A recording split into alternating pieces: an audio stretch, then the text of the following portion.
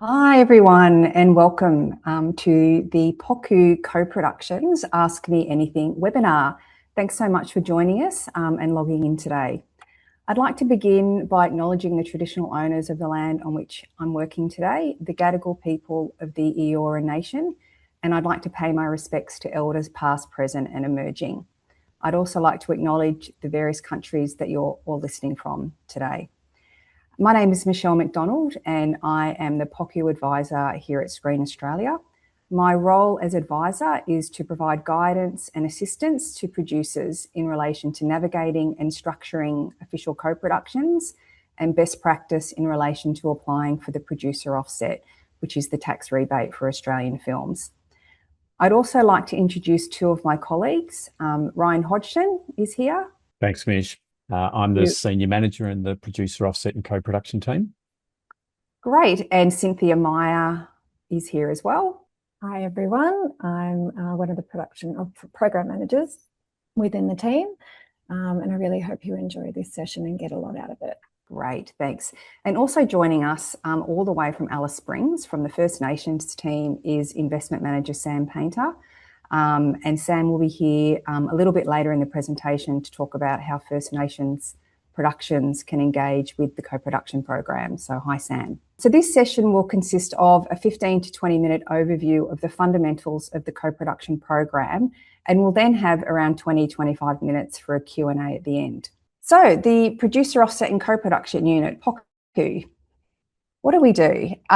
So about POCU, so we are a team that work within Screen Australia and we administer the producer offset, the tax rebate for Australian films.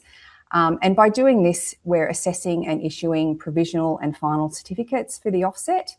We also administer Australia's official co-production program, which are co-productions made under one of the 14 treaties or MOUs. And that is what we mean when we're talking about official co-productions, which we'll get into more during the presentation. We assess and issue provisional and final approvals for co-productions in conjunction with the relevant overseas competent authority. We engage with producers. If developing a proposed co-production early, and we're really happy to answer questions and we provide guidance on both co-productions and the producer offset. We're a busy team. We deal with a really high volume of applications. And really our goal is to assess and issue certificates and approvals as quickly as we can. But we're here today to talk about co-productions. And in this context, a co-production is content made under one of the 14 formal arrangements we have with other countries. We call them official co-productions or treaty co-productions. This is different to unofficial co-productions or co-financing arrangements. And again, we'll talk a little bit about the difference between those two a little bit later on. Australia's co-production program is administered day to day by Screen Australia, by us within the POCU team. And the Office of the Arts within the department has responsibility for policy and maintaining and negotiating new treaty agreements. So if you're wanting to contact OFTA about potential new treaties, we have the relevant contact details on our website. Once a treaty is in place, Screen Australia then administers that under our co-production guidelines, which are on the website. So Australia's co-production partners. So who do we have arrangements with at the moment? So there's a list of all of the countries and the percentages next to each country represents the minimum amount of finance and creative elements each producer must contribute. And again, we'll talk a little bit more about that shortly. The co-production program has been in place since 1986. The first arrangement we had in place is with France, and the most recent is India, which was ratified in 2024. So the treaties usually, you'll see that most of them are between that 20 and 30%. The older treaties, such as Canada and the United Kingdom and France, do have that higher minimum. And the more modern treaties have that minimum of 20% of finance and creative from each country.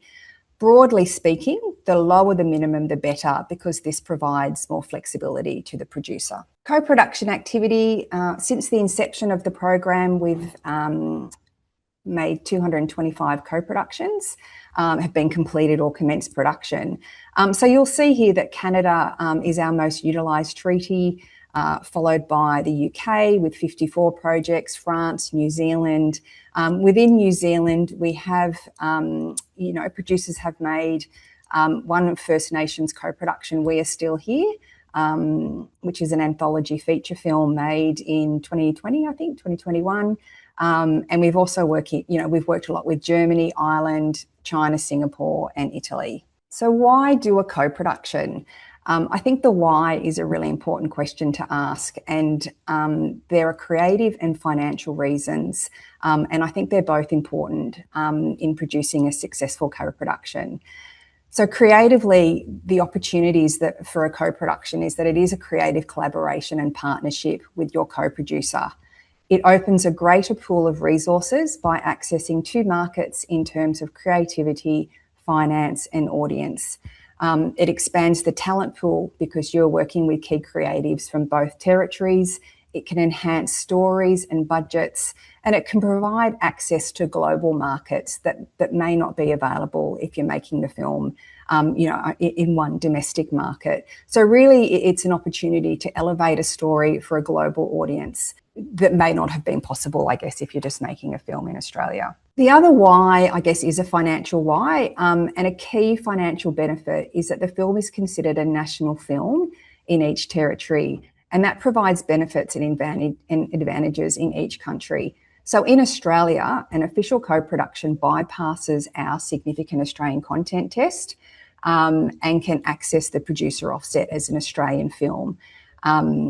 Projects are then eligible for production investment from funding agencies, including Screen Australia.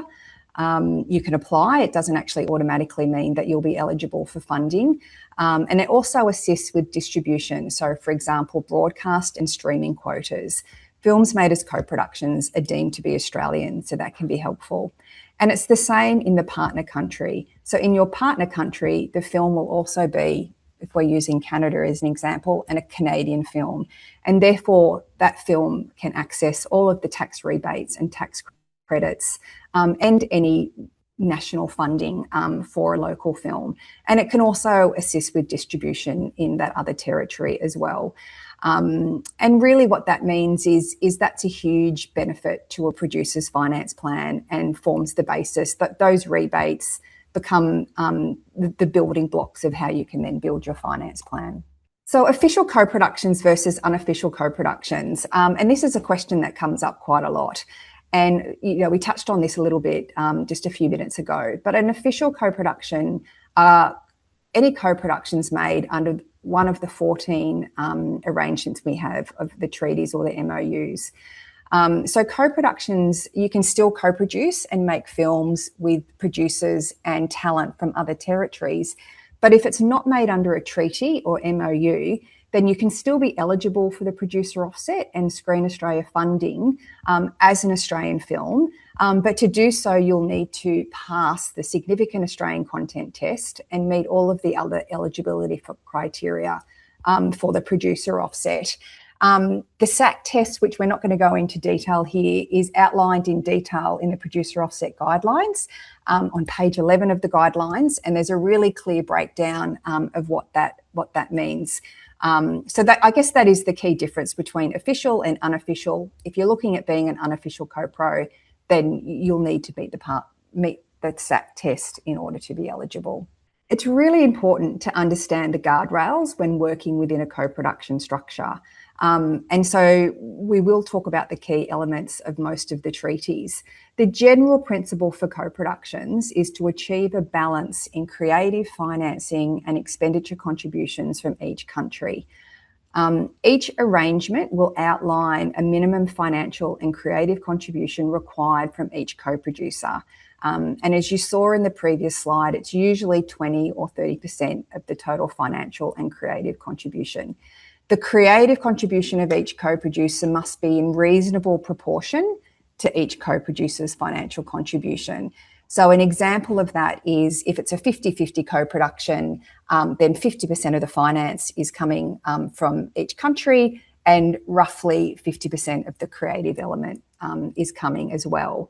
And I think it's important to understand that each competent authority will have its own guidelines on how it assesses this.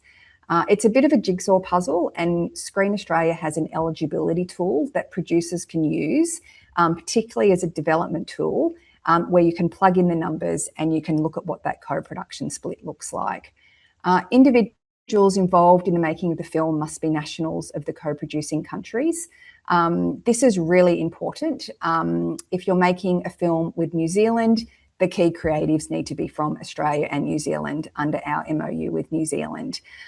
There are some exceptions to that that's included in, I'm pretty sure, all of the treaties, which allows for non-party cast or executive producers that are attached to the film as financing producers only can be used. If you're looking at non-party cast, and that would be, for example, cast from America, then you just need to be able to demonstrate that the script or the financing dictates the use of that cast member. That's not uncommon in co-productions, and unless it makes no sense, then that I would say is relatively non-controversial. I will say here that this is one of the things that actually can knock something out of being a co-production. If you are working with Ireland, for example, and you have a US writer attached, then that would not work as an official co-production. The key creatives have to be from both of the co-producing countries. A co-production must be made in the relevant co-producer's country. However, location filming in another country may be permitted, again, subject to approval from both competent authorities. So usually production is taking place in both of the territories. None of the producers shall be linked by common management, ownership or control. Producers need to be independent from one another. At least 90% of the footage included in the film should be specifically shot for the film. Again, if we're looking at a feature documentary that has a lot of archival, this may be allowed, subject to the approval of the relevant competent authorities. So you would just put in a proposal or a question about that when you come in for a provisional approval. A co-producer's agreement is required for all co-productions, and key elements of what that includes is outlined in the treaties, in the relevant treaty. Provisional approval is required prior to going into production from both competent authorities. And really important, and I think I say this a number of times in this presentation, is that it is joint approval required from both competent authorities in order for it to be an official co-production. Great, and here's where I'm just going to throw to Sam to talk a bit about First Nations co-productions. Thanks, Mish. Deadly as always. So First Nation co-productions, we've only ever had one, which was We Are Still Here, which was between the First Nations Parliament and NZ. No Coincidence Media and Marama were the two production companies. And so that didn't set out to be an official co-production. It started off as an initiative actually between the two countries. And then through the development, we decided let's do an official co-production because we've never done one. And that turned out to be excellent, tons of fun. I recommend it. But that has been the only one we've ever done. We are looking at, we haven't, and in that sense, we don't really have a framework and something we can refer to when trying to build, new guidelines for co-productions, but it is something we're looking at. So we've been in talks with, New Zealand, Canada, they're kind of the two closest ones. Also France, England, when I went over there, but we're looking at building more frameworks around how First Nations co-productions work and how they will look. And it is kind of, with that, at the very essence of it, what we want to see is story equity, first of all. So if it's a First Nations Australian, say from Alice Springs, and then First Nations in New Zealand, we want to see both those First Nation elements first and foremost, and I think a thing that kind of connects us is we have shared, colonization history, shared cultural traditions, attachments to land. We have shared values. So there is ways we can look at it, but like I said, because we are building those frameworks, it is kind of looking at the start of the creative that will work first. So opportunity for First Nation clubs to work together. So again, I was in Māori land a couple of weeks ago and we met with New Zealand and Canada there. And we've started these conversations around how we can connect our filmmakers better to create more First Nations co-productions.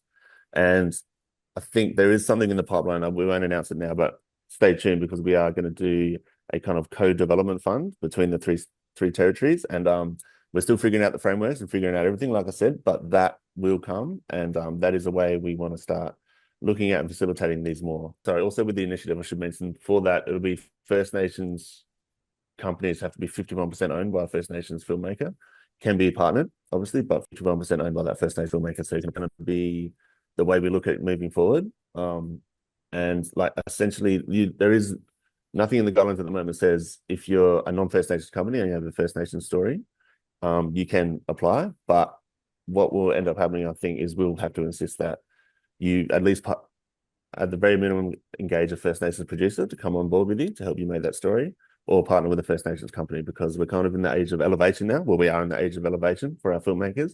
So we and we don't see it as, you know, non-First Nations companies taking opportunities away from First Nations practitioners. We see it as an opportunity for non-First Nations companies to give those opportunities to First Nation practitioners and to help build it up so they can learn, you know, the fun adventure that official co-productions are. What Sam was talking about is just works really well within the co-production structure.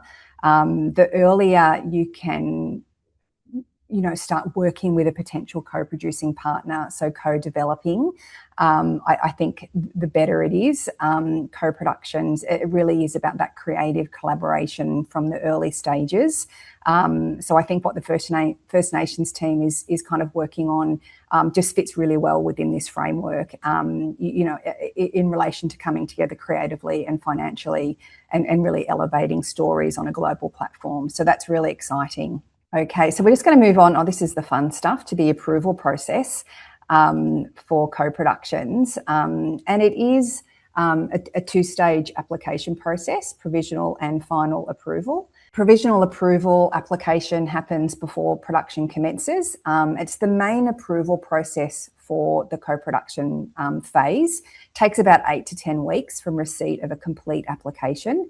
And the final approval application takes place after the film has been completed. That takes about 12 to 6 weeks as well. Joint competent authority approval is required. And the competent authorities, we liaise directly quite a lot actually, and clarify information issues and confirm approval. As I mentioned, each competent authority administers the treaty under its own guidelines, particularly in relation to how the creative elements are assessed. So in Australia, we look at the creative contribution is measured through a creative points test and also expenditure on Australian goods and services. So as I said, yeah, we talk to the other competent authorities a lot, and it is a real co-production between the government authorities as well, in order to just clarify any issues or information. We don't have any rounds or deadlines, so you can just come in when you're ready. And yet timeframes are from receipt of a complete application. So just talking about the provisional approval stage first. And as I mentioned, this is, I mean, unlike the producer offset, the provisional approval is actually the key approval stage. And the finance has to be in place and be able to be substantiated in order to be, you know, to come in for that provisional approval. And the reason for this is that Screen Australia and the other competent authority, we have to be able to confirm that the co-production structure conforms with the treaty, and therefore you know, that finance does have to be in place and cannot be speculative. If there's one thing you take out of the whole seminar, then I think that is it, is that the provisional approval is the key stage, and that finance plan has to be in place before you come in. When you're coming in for provisional approval, we look at a draft co-producers agreement. It can be executed if you want, but we recommend coming with a draft agreement, and we can just have a look at that and make sure that looks okay. Your complete eligibility tool. So hopefully by then, you know, the eligibility tool will be your best friend, and you've probably got about 100 versions of it. But yeah, you submit that with your application. We look at the script and outline of the project, a total budget with the Australian co-producer spend split out and identified, and we look at that in Australian dollars. What's the proposed production schedule, the breakdown of nationality of participants, and I guess here we're just making sure that the people involved in the making of the film are from the two co-producing countries. Again, if there are exceptions, we can look at that with the other competent authority. And we look at any requests for approval pursuant to the treaty around non-party cast, location filming or archival. But again, it will really depend on the treaty in question. They all have their own nuances, so just have a look at those. Final approval happens after completion and delivery of the film, and we just require the same documentation required as provisional approval, and we look at the final credits and a copy of the film. And really what we're doing at this point is ensuring that the film was made in accordance with the provisional approval. The final co-production approval cannot be issued until both competent authorities have signed off and approved it. And again, it's just worth pointing out that here for the Australian producer, that final co-production approval has to be issued before we can issue a producer offset final certificate and provisional certificate actually, because again, as an official co-production, it is the co-production approval that triggers eligibility for the producer offset. So when you're coming to us for provisional and final approval, usually you'll have the one assessor looking at both of your applications. We'll do the co-production approval first, and then the offset will follow not long after. So just some key takeaways. Just come and talk to POCU early, particularly for co-productions. We really encourage it. I think it's really important to understand the process, read the treaty and the guidelines and do your homework. All of the treaties are on our website. They're actually not too bad. They're 8 or 10 pages long. We also have a list of projects made under each country on the website as well. And that's really helpful to have a look at, well, you know, what projects have been made as New Zealand co-productions, and Clever Man, the image there is one of them. And that's really helpful to go, well, who else has been working in this space and who can I speak to?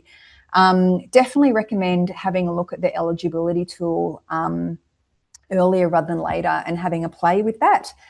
It's a really great Excel spreadsheet, again, where you can put in your finance plan and your creative points and you can start looking at what a co-production split looks like.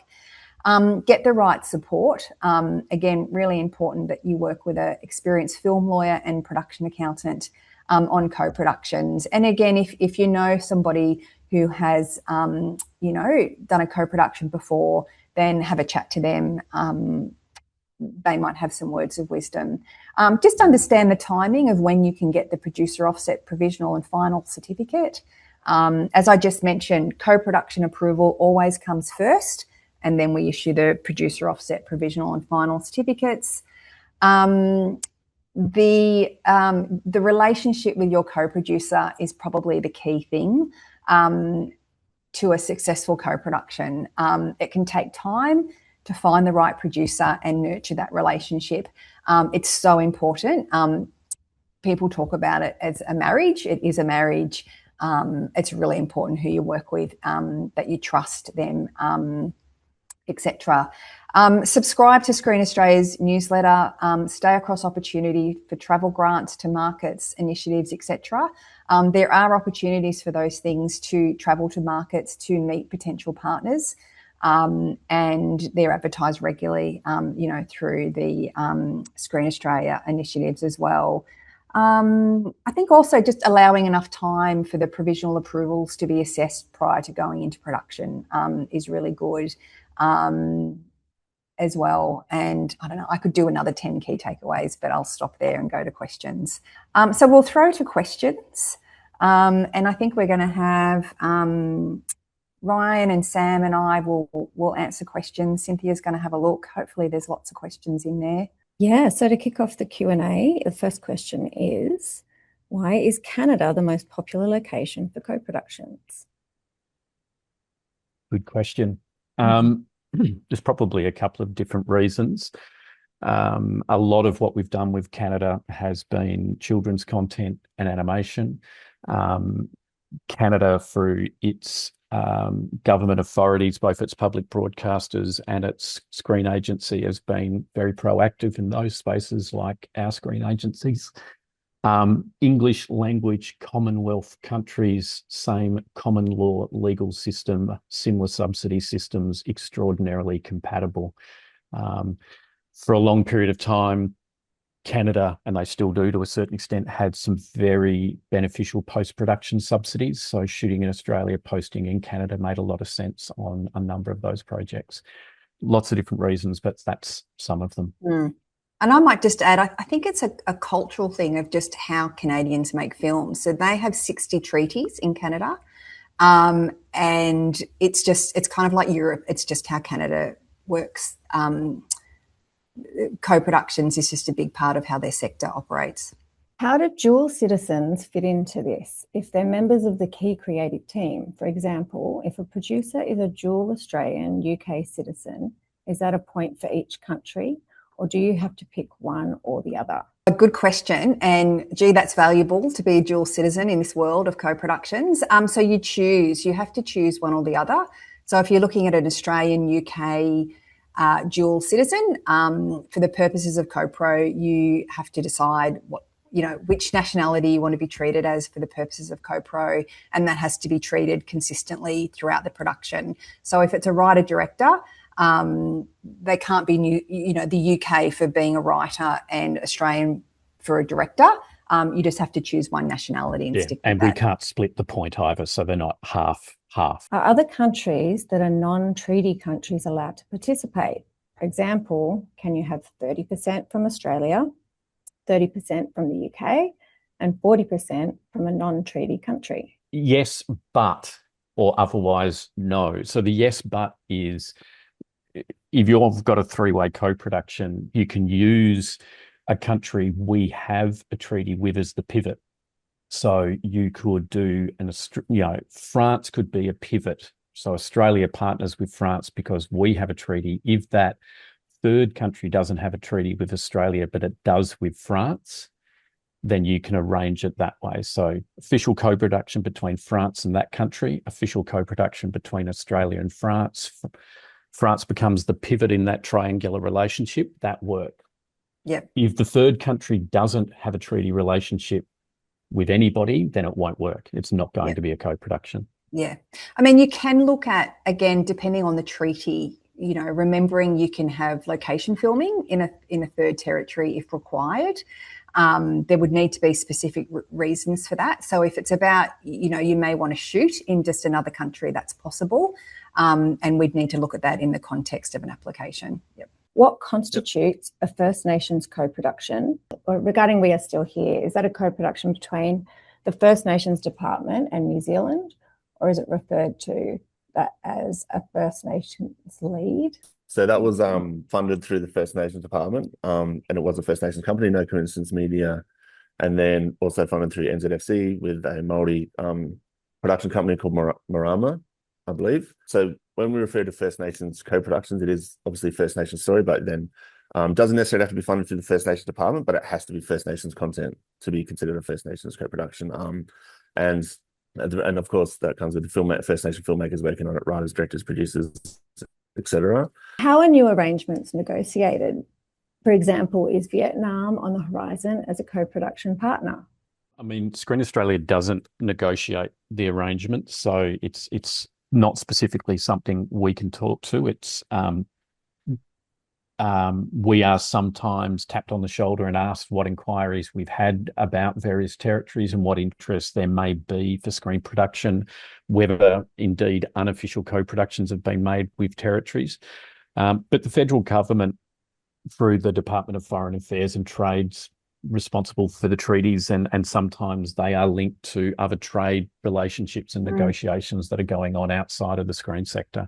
And again, you can, if there's an interest in say Vietnam, you have a project that you're working on, then there is again on our website, or happy to, if you email us and we can send you the details, you can email the Office of the Arts and inquire about that particular territory. And they may be able to help you a bit further. But it is good to register the interest in a particular territory. Why not? Question for you, Sam. I understand the First Nations funding is focused on Aboriginal and Torres Strait Islander stories. In the case of a Maori-led documentary produced through an Australian company, Is there any pathway for consideration within the First Nations strand, or would this sit entirely outside that framework?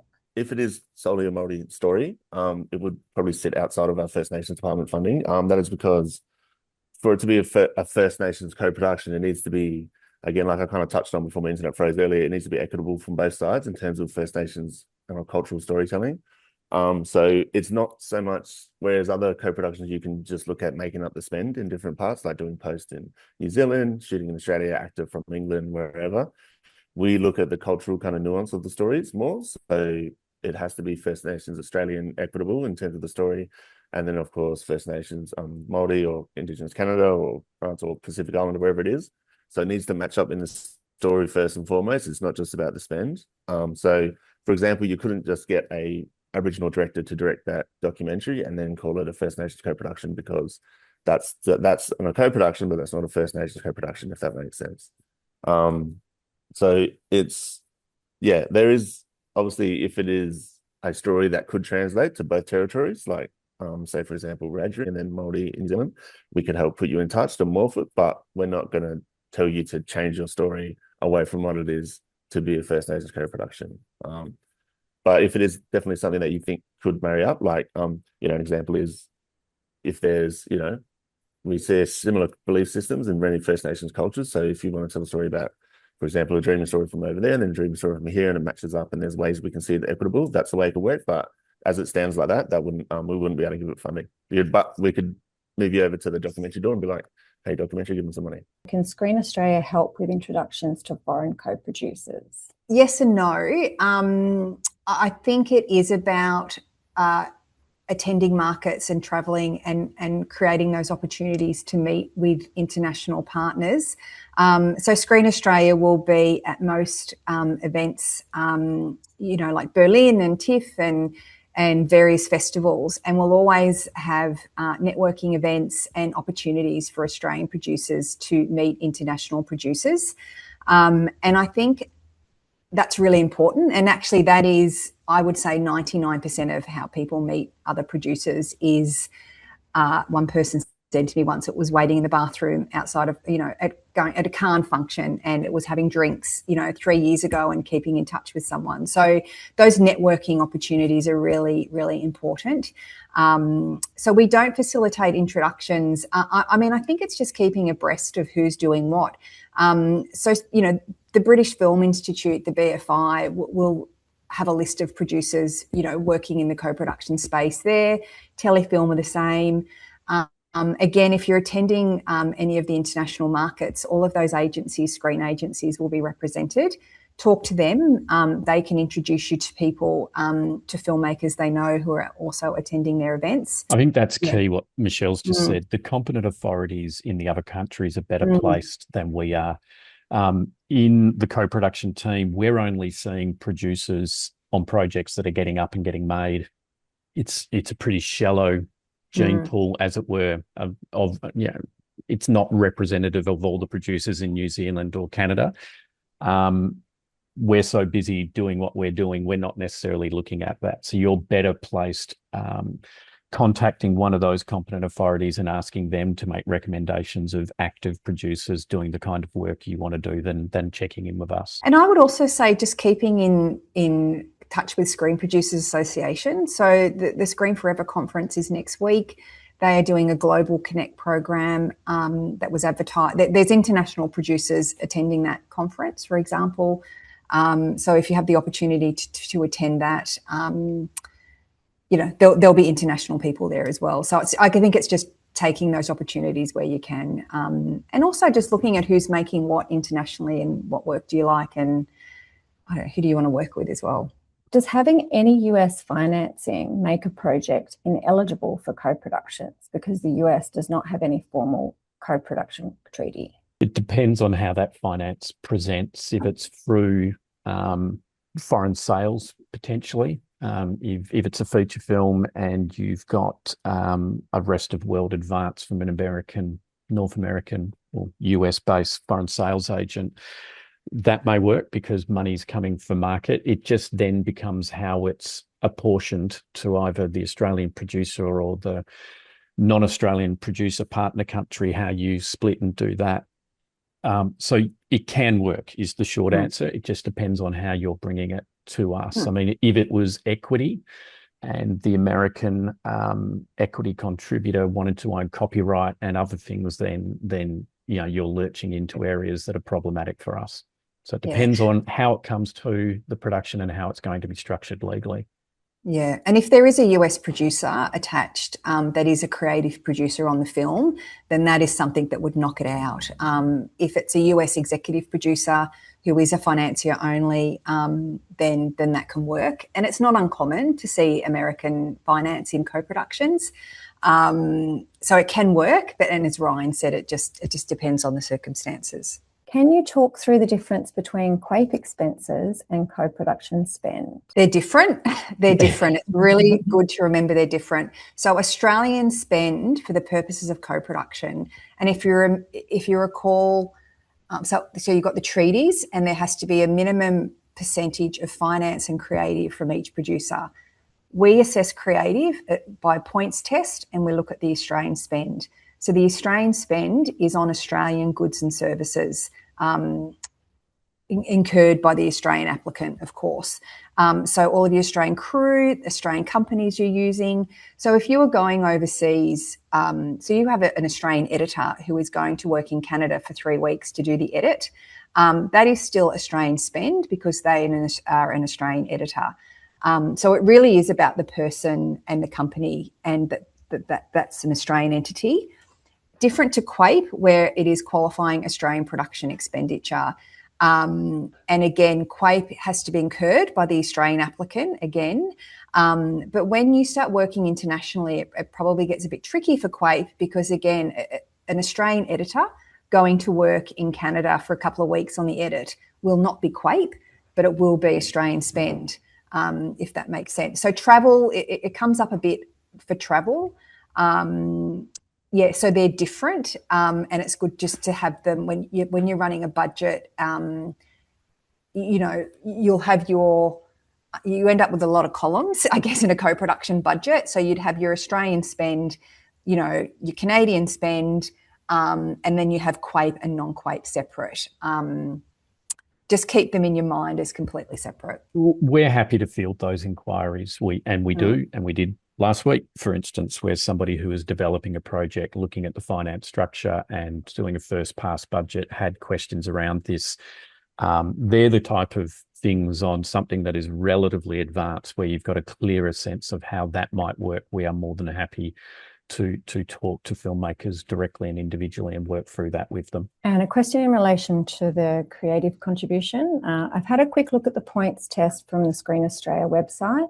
Is it possible to run our proposed crew split by someone at Screen Australia while we're in development and formalising our co-production to check whether the way we're putting it together will be eligible? Absolutely. Happy to get involved. 100%, please do. This is what we really want to do, is to get involved early so we can help you. The best thing to do is download the eligibility tool and put everything in that. Like we can't advise on the creative points outside the context of what does your finance look like. They're all interlinked, but 100%. Yes, for that one. Well, and that's one of the advantages of the eligibility tool, that it requires you to put in your finance plan, how the spend will work, and the points test is there. So we can look at all of that stuff in its totality, which is how we'll ultimately assess it. So more than happy to do that, and more than happy to do that early. Yeah, and the eligibility tool is used as a development tool for producers. So like when I was talking about provisional approval, that the finance has to be in place, if you were developing something and you're playing with an eligibility tool, then that's okay. Like, just send us through what you think, and we can just then help make sure that, the structure works. And because, for example, if your finance is 50% but your creative is 25%, then that's problematic. So it is about balancing those two things. And hopefully the creative points do provide, there's a fair bit of flexibility, I would say, into how they're managed, particularly in that second box. So really happy to, any of us in the team are happy to help with that. And we did have one question, sorry, that just came through to me before this, which just confirming that someone was asking whether you need to have Screen Australia content funding in order to be eligible for co-production. And so the answer to that is that you don't. So any project can come in for co-production. You do not need to have Screen Australia content funding in the finance plan, although they often do, of course, because, yeah, funding's hard. Thank you so much, everyone, for joining us. And as I said, please keep in touch, reach out to us. For POCU, you can email us at the email address on the screen. You can contact Sam or any of the First Nations team on the First Nations email address as well. Thank you very much. Have a lovely afternoon.